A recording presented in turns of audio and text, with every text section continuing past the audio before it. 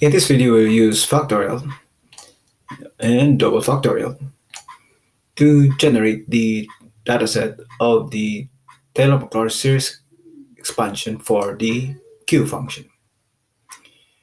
We begin with the dataset of the Q function using the NORMSDIST. So array formula, NORMSDIST of the x values. And start with the summation. So summation of a times x to the power 2n plus 1, where a is the factorial coefficient or the double factorial coefficient. And the value of n is from 0 to infinity. In this case, 16 is good enough. We continue with the double factorial coefficient. So our formula. There are three items. So minus 1 raised to the power n plus 1. N plus 1. Second term, 2 to the power n. So our n is from F3 to F19. We copy this. So that will be 2 raised to the power n. And the third part. The third part is times, it's a double factorial. So factorial, double factorial. 2n minus 1. So 2 times n minus 1. That's when we have the numerator. Now the denominator, which is factorial 2n plus 1. So factorial 2n plus 1. 2 times n plus 1.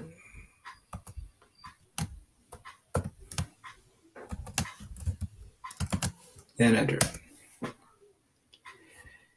We continue with the factorial, which is array formula. Minus 1 raised to the power, the quantity, n plus 1. So n plus 1. Divided by, there are two parts. The first part is factorial n. Factorial n.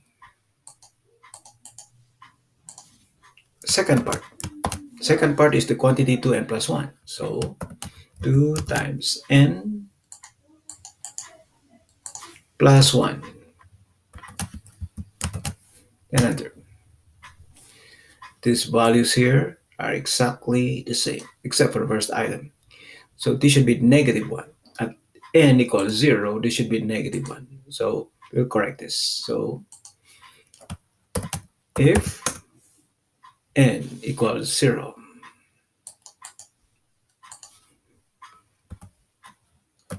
then negative 1. Otherwise, calculate. Now they're exactly the same. Now we continue with the expansion, the series sum. So array formula, series sum of the x values raised to the power 2n plus 1.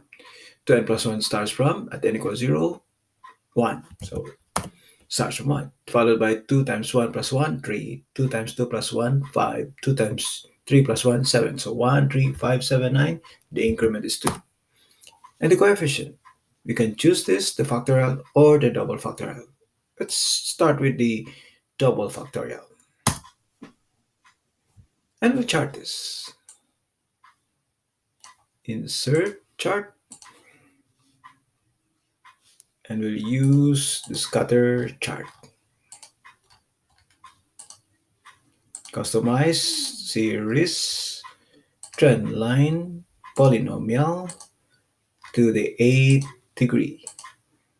The label, use the equation, and the legend, position on the left. So here's the trend line and the polynomial. We'll calculate this regression coefficient using LINEST. To do that, we complete the LINEST matrix starting with the power, which is transpose 0 to 8.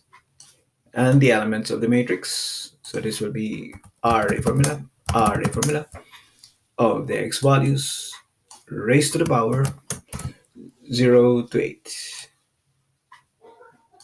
Now we calculate the polynomial regression coefficient using LINEST, data y, and data x. And the second part, which is also LINEST, data y, and data x. Now we'll modify our functions. So let's modify.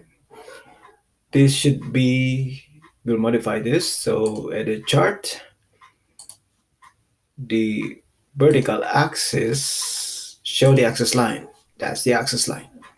And change this to number format to none. Now that's better. That's none. So we have more space. So we can expand this because there's more space.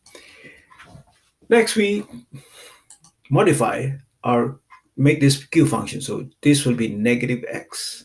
So we'll add negative here. So in blue, you have the q function. Now we'll match this, we'll modify this to match the q function. Starting with the x value, there's a square root of 2. So that's x divided by square root of 2. So this one divided by square root of 2. Next. And then 1 over square root of pi is multiplied to the entire series sum. So the entire series sum is divided by square root of pi. So divide by square root of pi. Square root of pi. Then enter. They are now parallel, so there's a difference of 0.5. So finally, we add 0.5. So to the series sum. So 0.5 plus series sum. Now they're all in the same trend line. They're now collinear.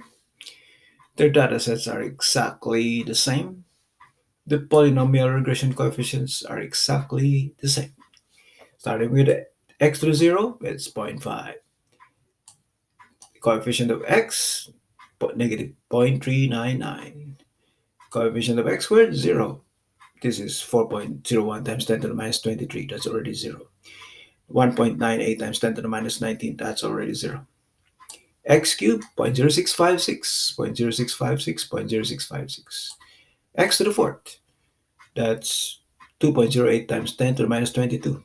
This one is 1.08 times 10 to the minus 18. That's all, both are 0 already. X to the fifth, that's 8.79 times 10 to the minus 3. 8.79 times 10 to the minus 3. X to the sixth, that's 2 times 10 to the minus 22. That's already 0. X to the sixth, 1.23 times 10 to the minus 19.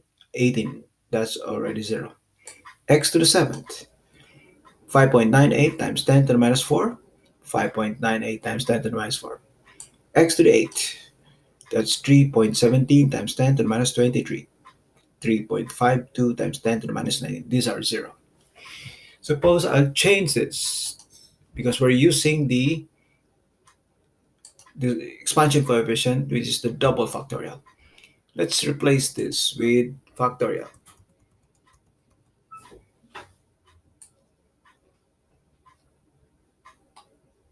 And enter. The values are still the same, the data sets. The trend lines that are collinear.